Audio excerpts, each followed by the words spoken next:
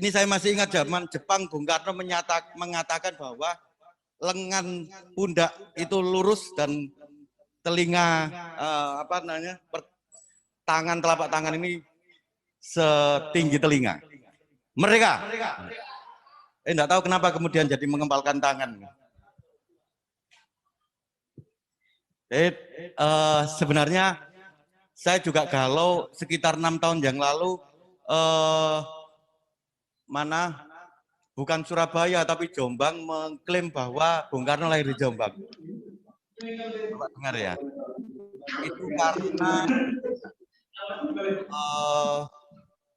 kita melihat tentang catatan-catatan yang saling tumpuk-menumpuk. Bung Karno itu apakah lahir 1901 atau 1902? Tapi sebenarnya kalau kita membaca buku Penyambung Lidah Rakyat, jelas pernah Bung Karno itu umurnya dimudahkan 1 tahun. Sehingga seolah-olah dia lahir 1902. Karena Bung Karno nggak bisa bahasa Belanda, sementara dia harus sekolah SMP yang itu sekolah Belanda. Jadi bapaknya waktu itu memudahkan usianya agar dia tidak malu. Tidak malu sekolah berbahasa Belanda, tetapi usianya tua sehingga dimudahkan. Makanya sering salah paham kalau Bung Karno itu sebenarnya lahirnya 1901.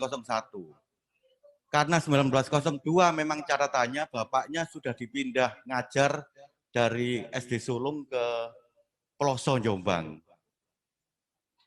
Itu yang seharusnya kita juga harus berani meluruskan tentang konteks itu karena itu akan mengganggu logika kita tentang alur sejarah Bung Karno lahir. Saya sempat banyak ngobrol serius dengan almarhum Pak Peter Carey waktu itu tentang kenapa posisi Bung Karno lahir di Surabaya dan di Pandean gitu. Ada beberapa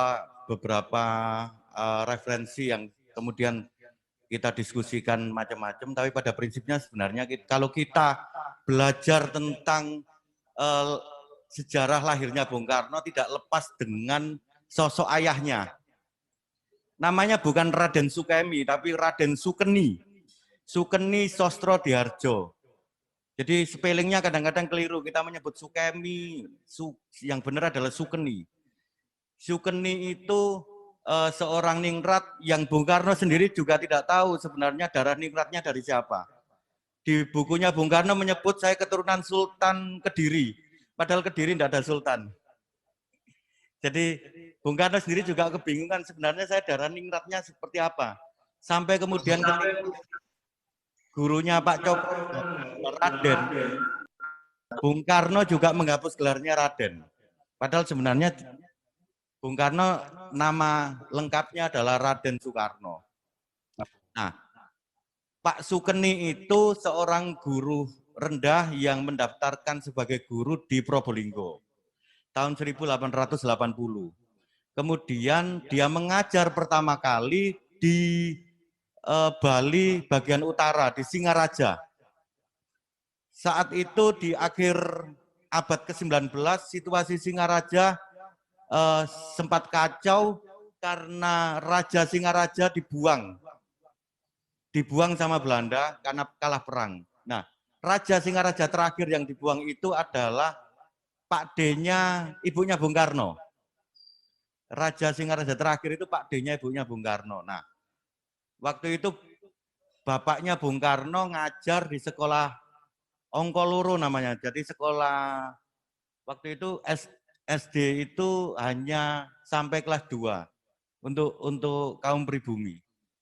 Nah, di Singaraja itu kemudian dia juga menjadi asisten Profesor Van de Tuk, makamnya di makam penilih. Van de Tuk itu peletak dasar bahasa-bahasa Indonesia. Jadi bahasa Indonesia itu yang meletakkan dasar bukan orang Indonesia tetapi orang Belanda. Namanya Profesor Van de Tuk. Tahun 1880 kemudian dia mengajar di sana. Waktu itu ini bapaknya Bung Karno ya. Kenal sama ibunya Bung Karno, calon ibunya Bung Karno. Sering ketemu. Kalau Bung Karno menggambarkan di bukunya itu sangat romantis gitu. Jadi pertama ketemu saling menyapa, terus kemudian pada satu saat kemudian bapaknya Bung Karno melamar ibunya Bung Karno.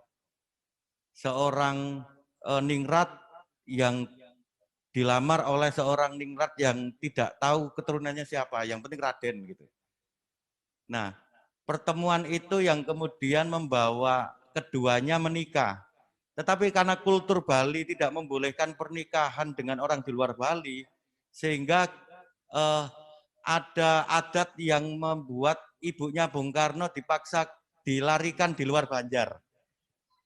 Jadi bapaknya Bung Karno sama ibunya Bung Karno itu pernah satu malam dia ditarik ke luar Banjar di rumah seorang dokter, yang dokter itu kemudian datang ke rumahnya mbahnya Bung Karno untuk mengatakan bahwa anak sampean ini sudah nikah gitu. Nikahnya secara apa? Banyak pertanyaan sebenarnya. Ini nikahnya secara apa? Bung Karno menyebut nikahnya secara Islam. Bung Karno menulis sendiri bahwa pernikahannya meskipun agamanya Hindu sama Islam, Bung Karno menyebut pernikahan orang tua saya secara Islam. Nah, kemudian terjadilah pernikahan itu dan secara adat Bu Ida Ida Nyai Srimben itu dikeluarkan dari Banjarnya. Tetapi tidak langsung keluar ke Surabaya, tetapi tetap di Bali, di Singaraja dan mengajar di sana sampai mbaknya Bung Karno yang bernama Sukarmini lahir.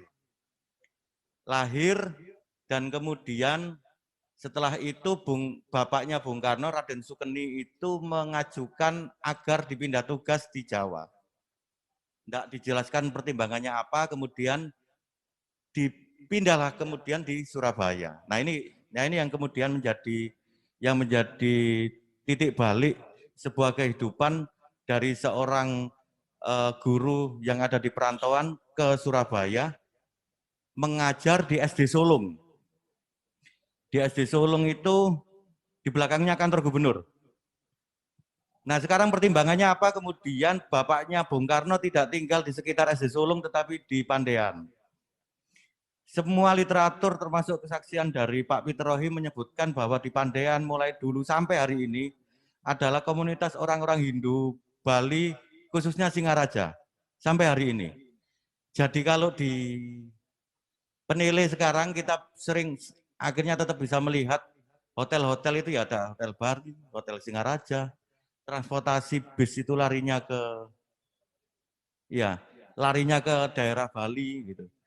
Travel semuanya ke Bali, rutenya ke Bali. Makanan babi guling itu juga di situ gitu. Karena itu adalah komunitas Bali, Singaraja. Kenapa ada di situ? Karena seabad sebelumnya kawasan itu adalah daerah perdagangan jeruk Bali. Jangan lupa subscribe, like, komen, dan nyalakan lonceng notifikasinya ya.